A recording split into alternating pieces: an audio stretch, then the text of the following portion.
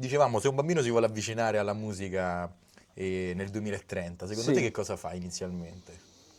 Prende uno strumento oppure si collega a un PC? un bambino Mhm. prenderà uno strumento. Prenderà uno strumento. Sì, la musica non muore.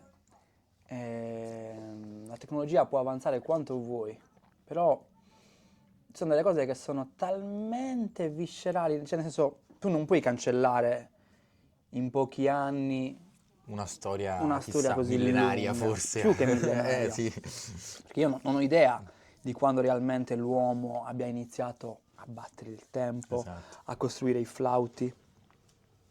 Quindi no, inizierà da uno strumento o comunque dal suo corpo. Ok. Perché è una cosa talmente sensoriale la musica che tu sei obbligato a un certo punto o a muovere la testa o a battere da qualche